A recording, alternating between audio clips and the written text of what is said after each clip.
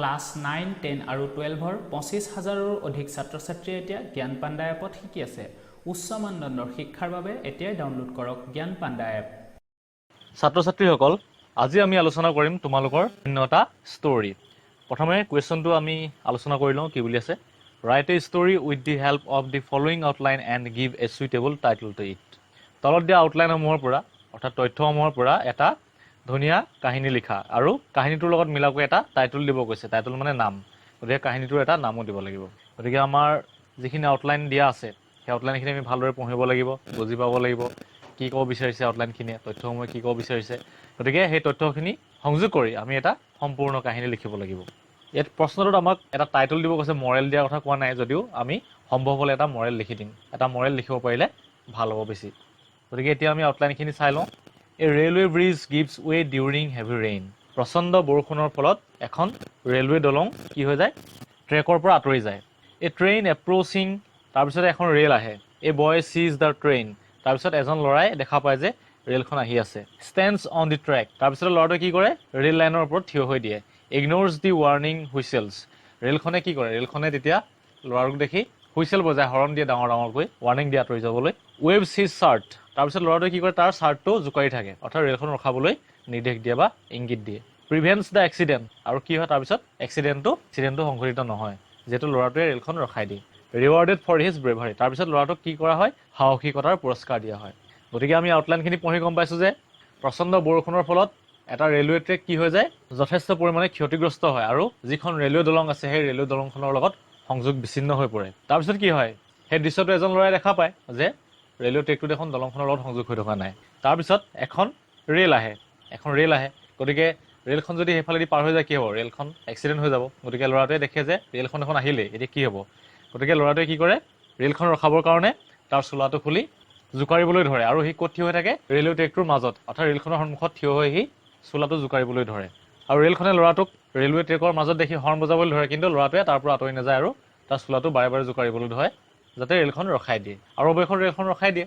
তাৰপিছত কি হয়, গম পোৱা যায় যে ল'ৰাটোৱে আচলতে এটা ডাঙৰ দুৰ্ঘটনাৰ পৰা ৰেলখনক ৰক্ষা কৰিলে আৰু সেইকাৰণে পিছত তাক কি কৰা হয়, সাহসিকতাৰ পুৰস্কাৰ প্ৰদান কৰা হয়। গতিকে আমি এই আউটলাইনটো ব্যৱহাৰ কৰি কি কৰিম, এতিয়া এটা ধুনীয়া কাহিনী লিখিম। আমি যিহেতু গম পাইছোঁ এটা সাহসী ল'ৰাৰ কথা, গতিকে আমি টাইটলটো দিব পাৰিম এ ব্ৰেভ বয়, এজন সাহসী ল'ৰা। আৰু ইতিমধ্যে আমি এটা ষ্টৰী কেনেদৰে লিখিব লাগে সেই কথাখিনি আগতে আলোচনা কৰিছোঁ, যে ষ্টৰী বুলি ক'লে সদায় আমি পাষ্ট টেন্সত লিখিম আৰু মাজত যদি সম্ভৱ হয় আমি কিছুমান ডাইৰেক্ট স্পীচ ব্যৱহাৰ কৰিম আৰু শেষত পাৰিলে এটা মৰেল লিখিম। গতিকে এইখিনি কথা মনত ৰাখি আমি এতিয়া ষ্টৰীটো আৰম্ভ কৰিম। এতিয়া আমি যিহেতু আউটলাইনসমূহ পঢ়ি গম পাইছোঁ যে ইয়াত এজন সাহসী ল'ৰাৰ কথা আছে, গতিকে আমি ষ্টৰীটোৰ নাম দিব পাৰিম এ ব্ৰেভ বয়, এজন সাহসী ল'ৰা।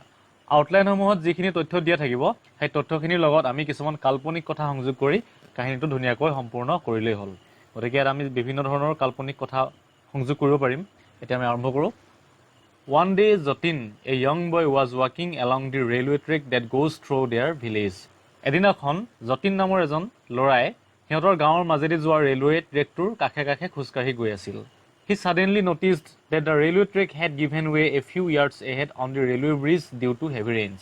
তাৰপিছতে হঠাতে সি মন কৰিলে বা তাৰ দৃষ্টিগোচৰ হ'ল যে প্ৰচণ্ড বৰষুণৰ ফলত ৰেলৱে ট্ৰেকটো যিখন ৰেলৱে দলং আছে সেই দলংখনৰ লগত সংযোগ বিচ্ছিন্ন হৈ আছে।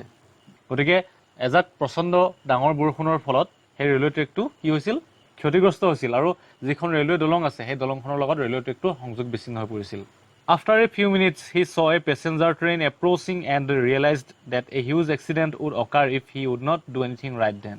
কেইমিনিটমানৰ পিছতে সি দেখিলে যে এখন যাত্ৰীবাহী ট্ৰেইন, পেছেঞ্জাৰ ট্ৰেইন মানে এখন যাত্ৰীবাহী ৰেল আহি আছে আৰু লগতে সি বুজি পালে বা উপলব্ধি কৰিলে যে সি যদি একো নকৰে, সেই তৎক্ষণাত যদি সি একো নকৰে তেনেহ'লে এক ভয়ংকৰ দুৰ্ঘটনা সংঘটিত হোৱাৰ সম্ভাৱনা আছে।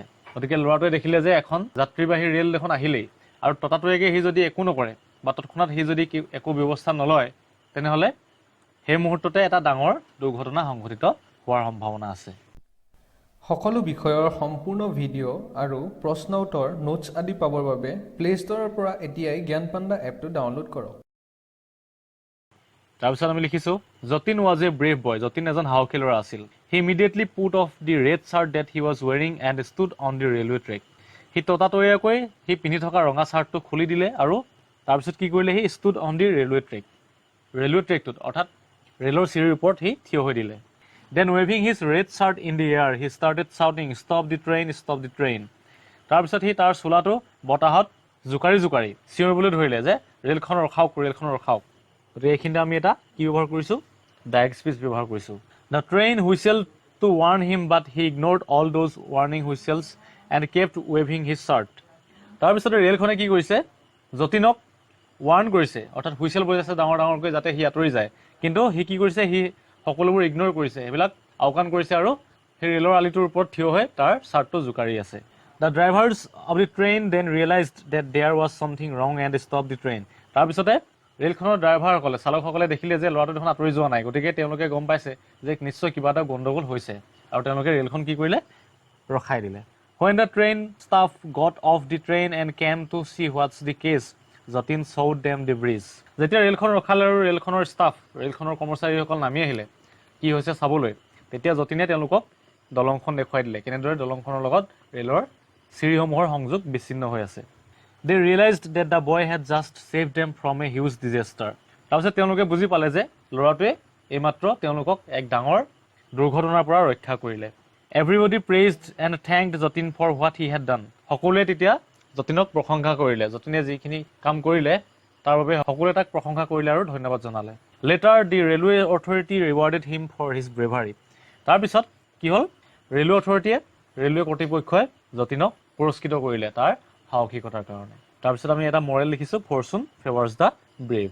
সাহসীজনক সদায় ভাগ্যই সহায় কৰে। গতিকে যতীন এজন সাহসী ল'ৰা আছিল আৰু সি সাহস কৰি ৰেলখন ৰখাইছিল আৰু সেইকাৰণে সি কি পালে? পুৰস্কাৰো পালে। গতিকে ফৰচুন ফেভাৰ্ছ দ্য ব্ৰেভটো হৈছে এটা আমি ইয়াত লিখিব পৰা মৰেল বা কাহিনীটোৰ পৰা আমি এইটোৱে শিক্ষা পালোঁ যে ভাগ্যই সদায় সাহসীজনৰ সংগ দিয়ে বা সাহসীজনক সহায় কৰে।